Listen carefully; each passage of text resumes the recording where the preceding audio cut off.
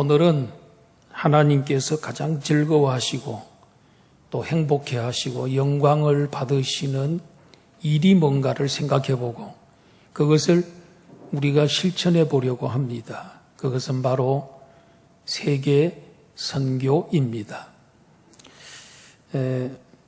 이방 선교를 시작한 안디옥 교회, 이런 제목으로 말씀을 드립니다. 사도행전 1장에서 12장까지는 유대인 선교에 대해서 기록을 했습니다. 거기에 중심 인물이 베드로 사도였습니다. 그리고 13장부터 마지막 28장까지 내용은 세계 선교, 이방인 선교에 대해서 기록을 하고 있는데 거기에 중심 인물은 사도 바울입니다. 이 땅에 정식적으로 세워진 최초의 이방교회, 이방인 교회는 안디옥 교회라고 할 수가 있습니다. 안디옥 교회는 이방인 기독교인들이, 이방인 출신 기독교인들이 와서 이방인들에게 복음을 전하여 세운 교회입니다. 얼마나 많은 성도들이 안디옥 교회에 모였냐면 수많은 사람이 모였다 그러고 큰 무리가 모이는 교회였다 그랬습니다. 그러다 보니까 그들에게 선지자들이 필요했고 교사들이 필요했습니다. 5명의 지도자들이 공동으로 교회를 이끌어가는 그런 형태였습니다. 1절에 보면 그 지도자들이 누군지가 나오는데 바나바, 둘째가 니게르, 즉 흑인 시므온, 셋째가 아프리카 구레네 사람 루기오, 넷째가 분봉왕 헤롯의 젖동생 마나엔. 젖동생이란 말은 이건 이제 수양동생이라고도 표현할 수 있습니다. 마나엔입니다. 또 사울, 이렇게 5명인데 이 훌륭한 지도자들이 그 교회의 선지자와 교사가 돼서 안디옥 교회에 수많은 교인들이 몰려왔는데 그들을 지도하게 되었습니다. 이들은 5명을 보면 출생지가 다 다르고 또 자라온 성장 배경이 다 다릅니다. 그런가 하면은 이 중에는 보면은 가난한 아프리카 사람이 있는가 하면은 헤롯 안티바스 왕의 수양 동생도 있었습니다.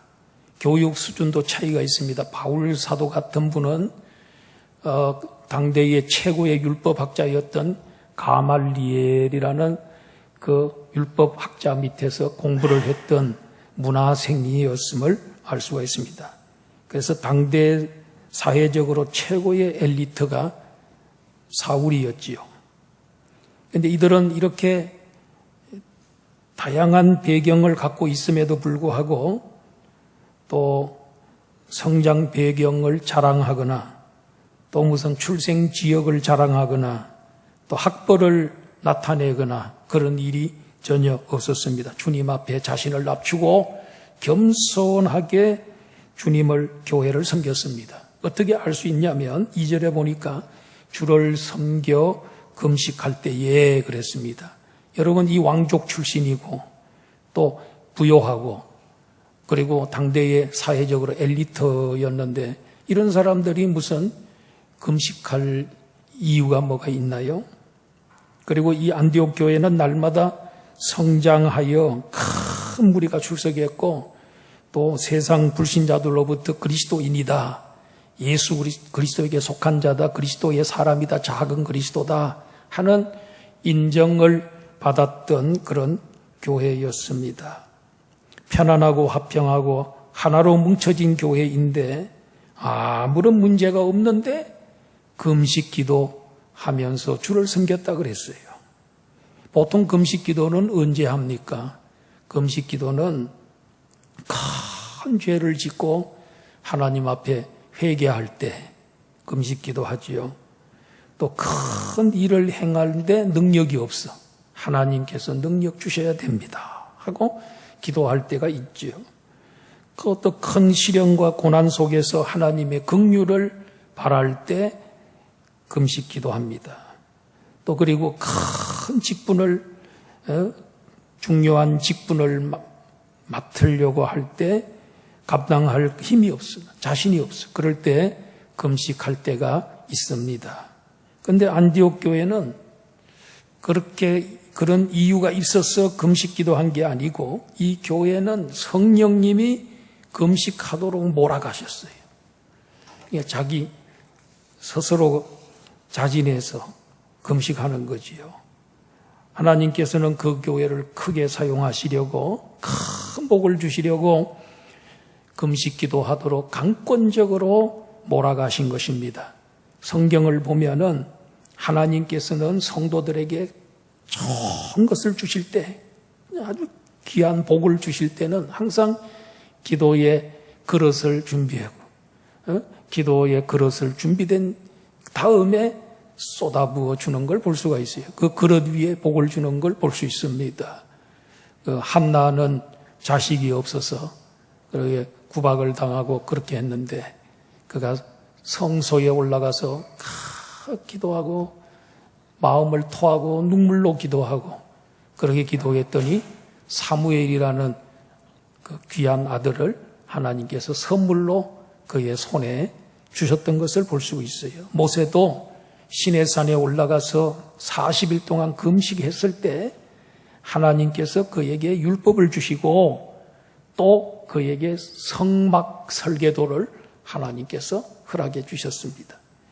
또 모세가 저 미디안에서 그 산에 올라가서 기도할 때에 지팡이를 들고 기도할 때에 하루 종일 손을 들고 기도했습니다. 그랬더니 여호수아의 군대가 아말렉을 다 물리치고 대승리를 거두는 것을 볼 수가 있어요. 엘리야 선지자도 갈멜산 꼭대기에 올라가서 7번 하나님께 간절히 기도드렸더니 3년 6개월 동안 메말랐던 가물었던 그 땅에 단비가 소나기가 쏟아져서 땅을 살려냈습니다.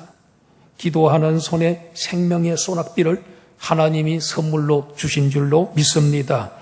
안디옥 교인들이 주를 섬겨 금식할 때에 성령님이 나타나시더니 내가 불러 시키는 일을 위하여 바나바와 사울을 따로 세워라. 내가 시키려고 하는 일이 뭡니까? 성령님이 시키고 싶은 일이 뭐냐면 선교사가 되는 것, 선교하는 것, 영혼 구원하는 일, 이 일을 위해서 두 사람을 따로 세워라. 선교사로 구별시켜라. 이렇게 일러주셨습니다. 이걸 보면 성령님이 금식 기도하게 만들고 기도할 때에 성령님이 선교사를 선택해 주시고 또 나중에 알게 되겠지만은 이 두 선교사를 성령님이 저 구브로 섬에 제1차 세계 선교를 떠나도록 선교지까지 그 가는 곳까지 다 성령님이 이끄시는 걸 보면 성령님은 선교의 총사령관이다. 할렐루야. 전도의 총사령관이구나. 영혼 구원하여 제자 삼는 일의 총사령관은 성령님이시다 하는 것을 우리가 알 수 있습니다. 그렇습니다. 성부 하나님은 구원을 계획하시는 분이고 성자 예수님은 구원을 성취하시는 분, 성부가 계획하신 것을 성취하시고 이루시는 분이시고 십자가 죽음으로써 이루시고 부활로 이루셨고 그리고 이제 성령님은 예수님이 성취하신 그 구원을 적용시키는 일을 한다면 믿게 만들고 말씀 복음 들을 때 감동 감화해서 마음의 문을 열고 믿게 만들고 믿고 구원받게 만들고 세례받게 만들고 평생 동안 믿음으로 살도록 역사하는 줄로 믿습니다. 성령님을 예수님은 뭐라 그랬습니까? 너희들을 위해서 보혜사 성령님이 오실 거다. 보혜사라는 말은 곁에서 돕는 성령님은 우리 곁에 오셔서 평생 동안 그리고 영원토록 우리 곁을 떠나지 않고 보혜사가 되셔서 도와주시는 줄로 믿습니다. 이 성령님을 떠나서는 여러분 구원도 받을 수 없고요. 아무것도 되는 일이 없어요. 우리도 때때로 성령님께서 금식 기도해라 하고 마음의 감동을 주실 때가 많아요. 그런데 많은 성도들이 실천합니다. 그대로 따라서 합니다. 그런데 어떤 성도들은 아무리 성령님이 감동하고 또 말씀을 해도 말을 듣지 않아요. 듣질 않아요. 그러면 계속 그런 어려움 속에 계속 머물러 있는 거예요. 문제가 해결되지 않고 그대로 거기에서 허우적거리고 수렁에 빠져서 헤어나오지를 못하고 있는 거예요. 성령님이 우리에게 기도하라고 할 때 기도하시기를 바랍니다. 성령님이 금식을 얘기할 때는 금식하시면요, 문제 해결되고 정말 놀라운 복을 주는 줄 믿습니다. 안디옥 교회 교인들은 성령의 감동에 예민했습니다.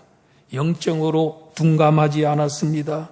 기도하라고 사인할 때, 금식 기도하라고 사인할 때에 그들은 다 한마음이 돼서 순종했습니다.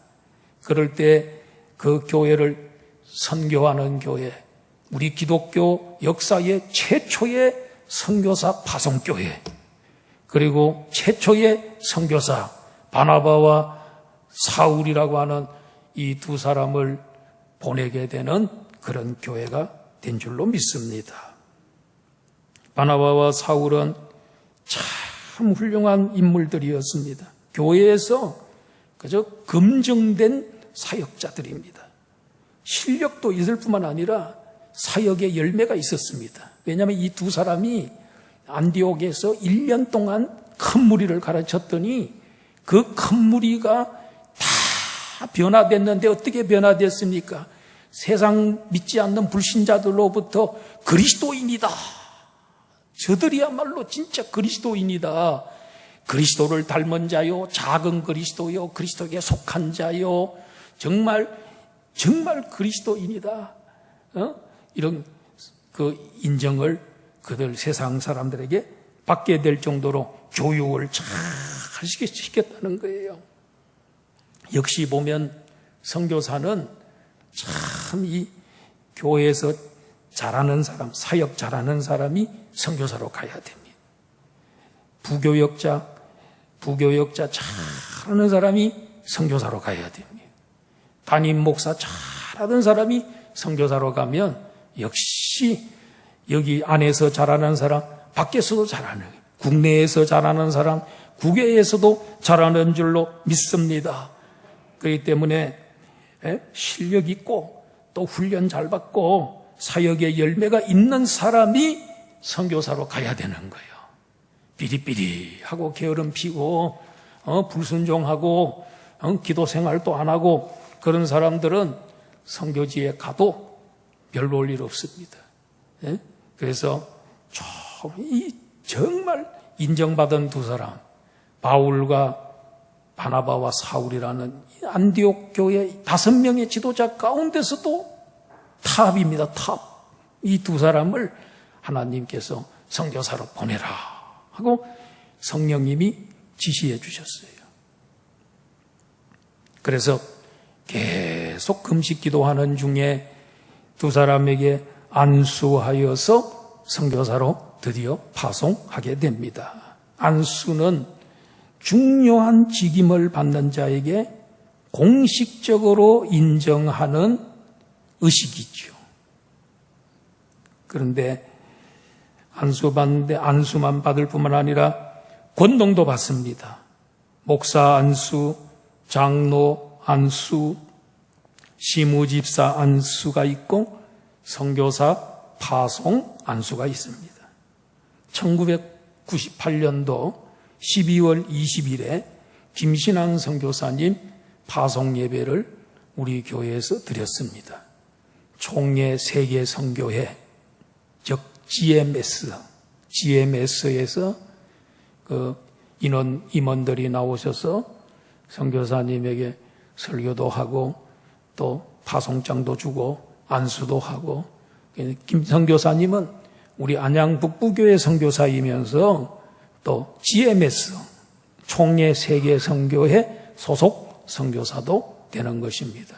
우리나라에서 최고로 선교사를 많이 파송한 선교단체가 GMS입니다. GMS에 몇천 명, 한 2,000명, 3,000명 선교사가 우리 교단의 선교사입니다. 그 중에 김신환 선교사님이 포함되어 있습니다.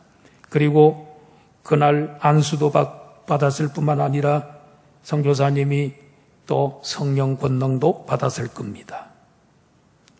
두 사람이 성령의 보내심을 받아 실루기아에 내려가 거기서 배 타고 구브로로 갔다고 했습니다. 구브로는 사이프러스, 키프로스, 지금 현재 지명 이름이 사이프러스, 키프로스, 지중해에 있는 섬이지요. 구브로 섬으로 가게 됐습니다. 이걸 보면은 성령님은 선교의 총사령관이시기 때문에 성령의 허락과 지시에 따라 전도와 선교가 이루어짐을 보게 됩니다. 이걸 보면은 성령님께서 얼마나 영혼 구원하는 일을 귀하게 여기는지, 그래서 모든 민족을 구원하여 제자 삼는 일을 얼마나 기뻐하는지를 우리는 알 수가 있습니다. 우간다 개혁신학대학에 불법으로 캠퍼스 점령했던, 침범했던 무리들이 다 물러가고 법적으로도 이겼고 그들을 구속시켰습니다. 근데 그 과정에서 변호사 비용도 있고 군인들과 경찰 경비해 준 분들에 대한 수고비도 줘야 되고, 그 다음에 그 캠퍼스 전체를 철조망으로 치지 않으면, 펜스를 치지 않으면 또 들어와 가지고 집을 짓고 하면 감당할 길이 없습니다.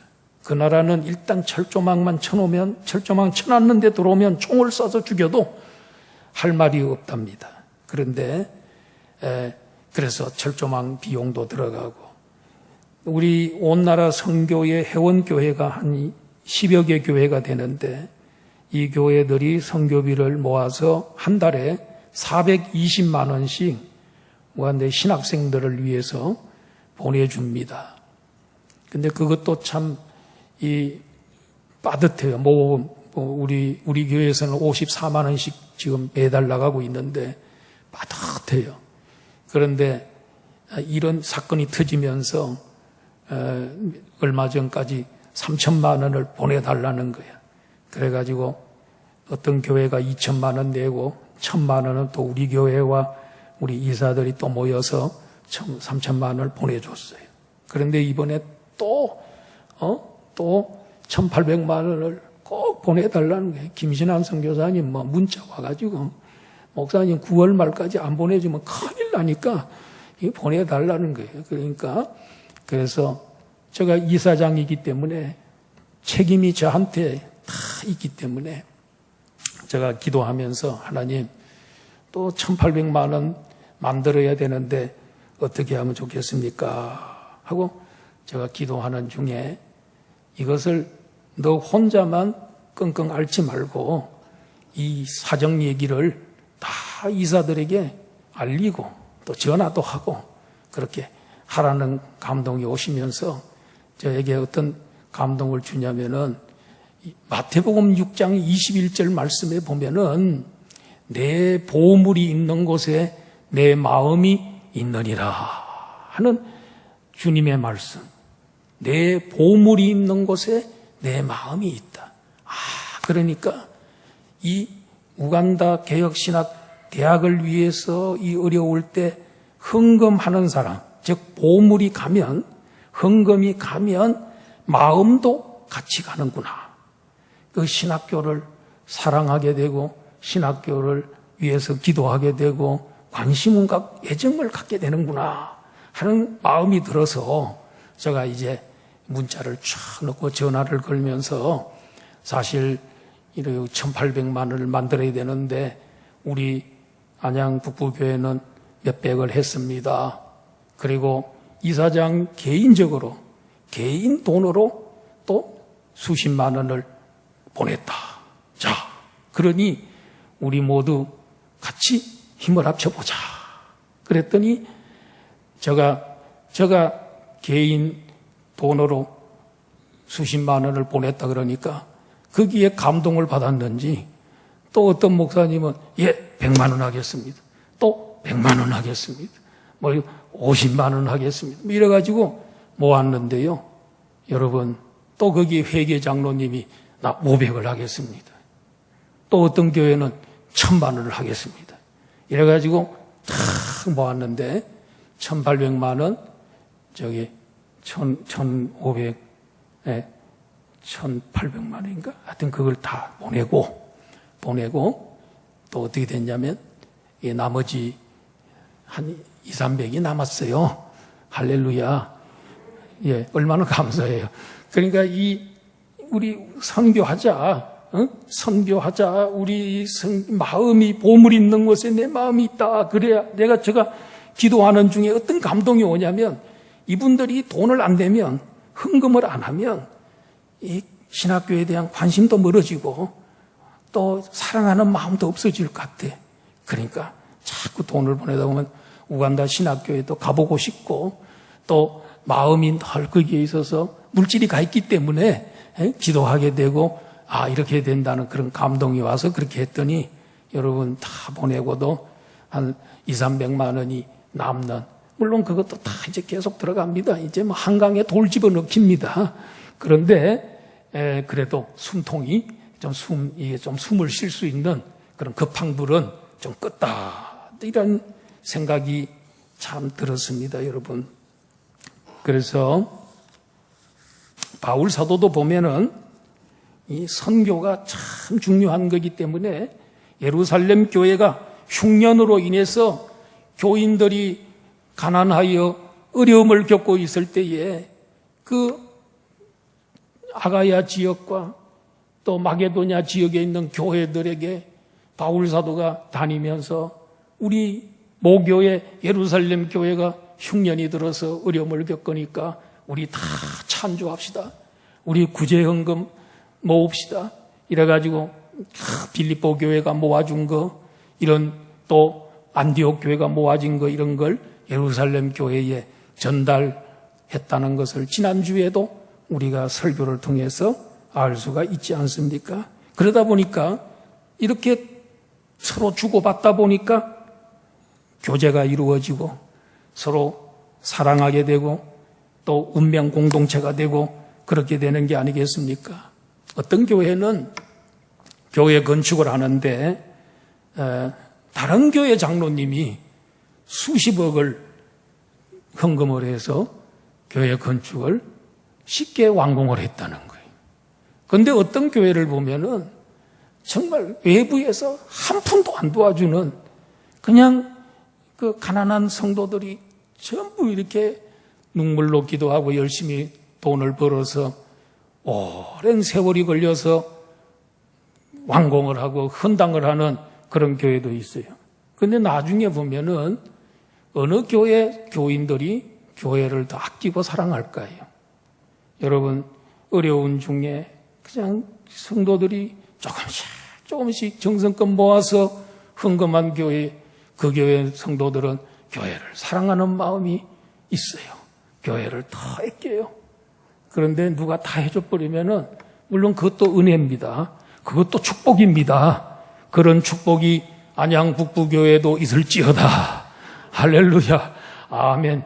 우리 교회도 빚이 조금 있는데, 그거 그냥 누가 와서 싹 갚아주고 갔으면 참 좋겠습니다. 그러나 또 우리 교회 성도들이 가장 어려운 중에도 눈물로 그러면 생활을 좀 쪼개가지고 이렇게 바치면요, 교회를 애착을 느끼는 마음이 더 있다는 거예요. 이번에 또 교회 엘리베이터 헌금을 할 때도 여러분, 우리 안양 북부교회는 보니까 저력이 있어요. 저력. 우리가 뭘 한번 한다 그러면 성도들이 다 한 마음이 돼가지고 쫙 하면요. 까지 그 2억 3천만 원 아무것도 아닙니다. 할렐루야. 그래서 쫙 모아놓으면 우리 손으로 엘리베이터 헌금하고 그렇게 하면요. 엘리베이터를 사랑하게 되고 그리고 교회를 더 애착을 느끼게 되고 그리고 탈 때마다 고맙게 생각되고 눈물이 나고 그렇게 되는 겁니다. 저도 이제 지난 9월 18일 날에요.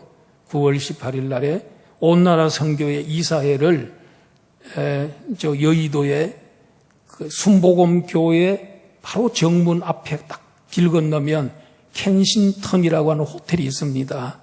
그 호텔에서 이사회를 했는데, 근데 그 여의도 순복음 교회는 제가 굉장히 인연이 깊은 교회잖아요.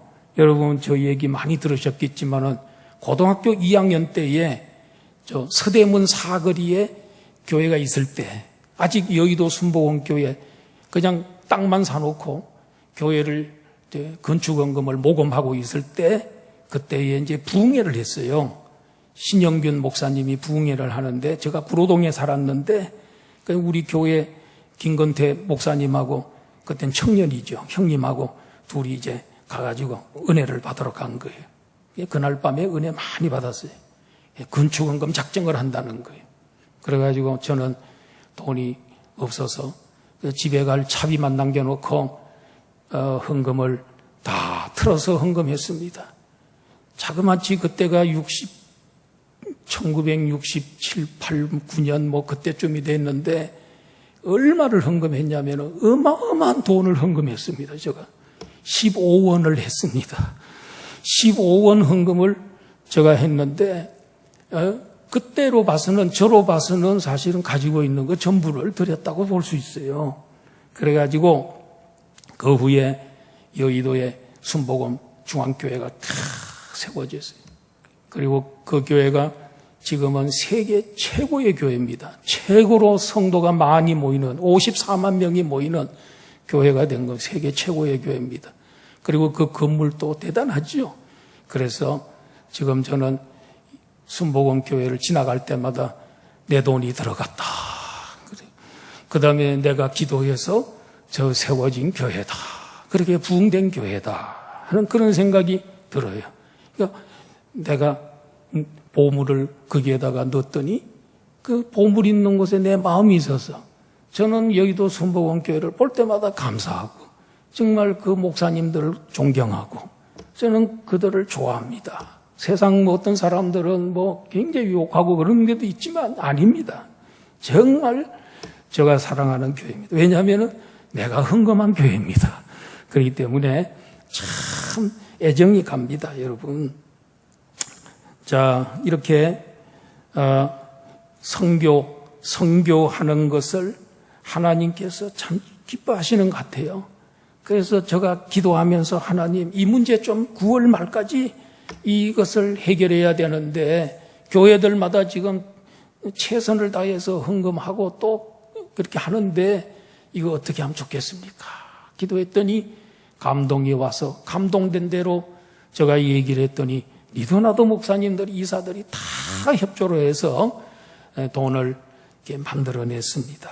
보냈습니다. 바나바와 사울 두 선교사는 1차 선교 여행을 구브로 섬에서 시작을 했는데 거기에 가장 큰 도시가 살라미입니다. 거기에 가서 하나님의 말씀을 유대인의 여러 해당에서 전하기 시작을 했습니다. 그런데 왜 그러면 전도를, 선교를 유대인의 해당에서 먼저 시작을 했을까? 그것은 예수님이 그렇게 하셨기 때문에 그렇게 한 예수님 이 세상에 오셔서 3년 동안 주력적으로 전도한 곳이 유대인 전도입니다. 물론 예수님 가끔 한 번씩 외국으로 갔다 온 적이 시돈이죠, 시돈. 예? 갔다 온 적도 있고 이러지만은 유대인 전도입니다. 왜냐하면 이 예수님은 3년 동안은 유대인 전도의 1순위로 유대인 전도 먼저 하고 그 다음에 부활하신 후에 제자들에게 너희는 가서 모든 민족으로 제자를 삼아 세례를 주고 가르쳐 지키게 하라. 세계 선교. 유대인 선교 이제 끝난 다음에 이제 넓혀서 온 땅 끝까지 세계 선교를 하라 하고 명령을 하셨습니다. 바울 사도도 로마서 1장 16절에서 이런 말씀하셨어요. 내가 복음을 부끄러워하지 않으노니 이 복음은 모든 믿는 자들에게 구원을 주시는 하나님의 능력이 됨이라. 먼저는 유대인에게요, 그리고 헬라인에게로다. 이 말이 무슨 말입니까? 유대인 전도가 먼저고 그 다음에 헬라인 전도가 나중이다. 이방인 전도는 나중이다 하는 것을 보여주는 것입니다. 하나님께서 구약시대에 선택한 자기 백성을 하나님이 완전히 버리신 것인가? 아닙니다.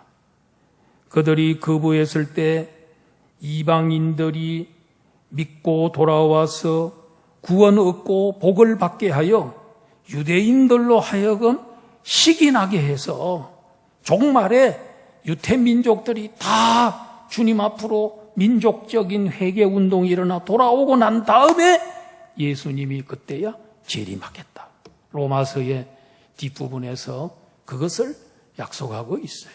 이걸 보면은 하나님께서 유대인들이 하나님을 잘 안 믿고 배반하고 불순종했지만은 완전히 버린 건 아닙니다. 이건 마치 뭐와 같으냐면 그루터기는 남겨놓는 것과 똑같아요. 큰 아름드리 나무가 있는데 그 나무를 밑둥으로 잘라내서 나무를 죽습니다.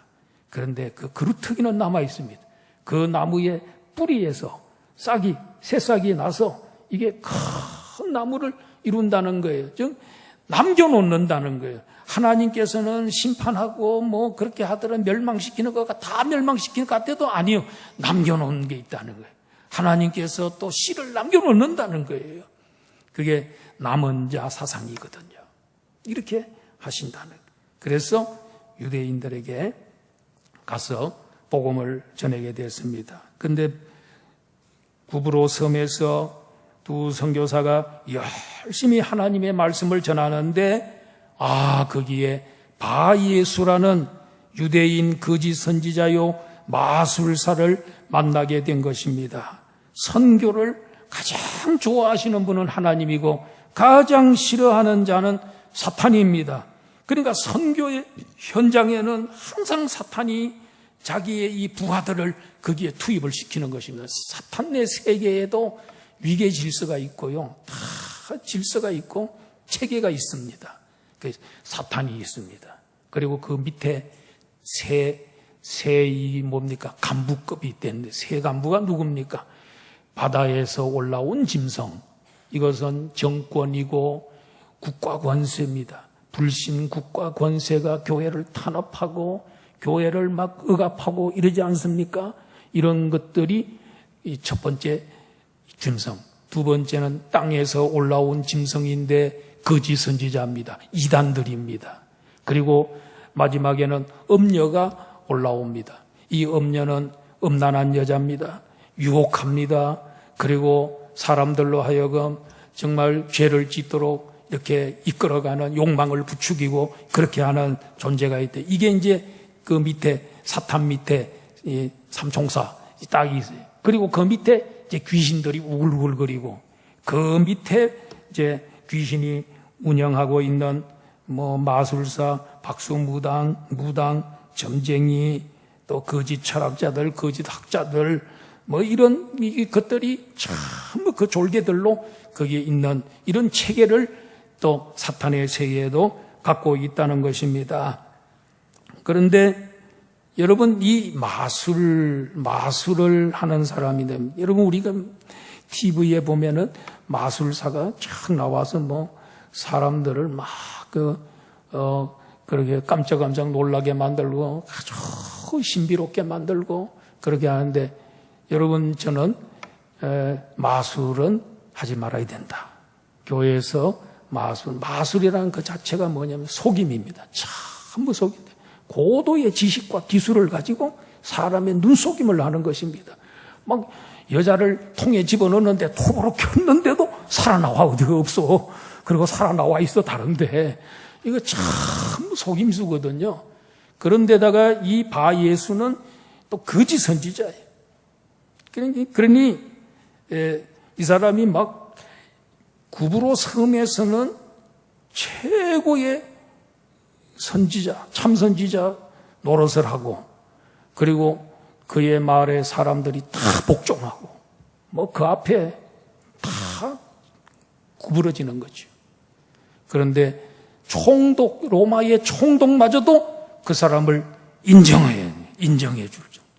그 정도로 권세를 누리고 있었던 사람인데, 이 사람이 서기오 바울 총독이 지혜 있는 사람이라서 바나바와 사울을 불러 하나님 말씀을 듣고자 하는데, 이 거짓 선지자요 마술사인 바 예수가 방해를 하는 거예요. 그때 선교사가 어떻게 했습니까? 특별히 사울이 어떻게 했습니까? 9절 한번 보세요. 참 중요한 구절입니다. 9절은 참 중요한 구절입니다. 다 같이 한번 읽어 시작. 바울이라고도 하는 사울이 성령이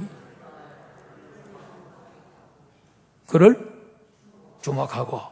자, 여러분, 여러분 지금까지 계속 사울 그러다가 드디어 누가 나와요? 바울이라는 이름이 나오잖아요. 근데 이 구절 이후부터는 사울이란 이름을 쓰지 않고 계속 바울이란 이름만 이제 쓰게 됩니다. 그러면 이 바울이란 이름은 뭐냐? 바울인 라틴어입니다. 라틴어는 로마 제국의 언어가 라틴어입니다. 그리고 사울이란 말은 히브리어입니다. 같은 이름인데 그냥 어떻게 표현했느냐, 라틴어냐, 그렇지 않으면 히브리어냐, 이것뿐이죠. 그런데 사울의 이름이 이때부터 바뀌기 시작하고, 전에는 바나바와 사울을 표현할 때 바나바와 사울 이렇게 표현했는데, 이때부터 이제는 바울이 먼저 나오고 바나바가 뒤따라 나옵니다. 뭡니까? 이제는 주도적인 인물이 바울이다.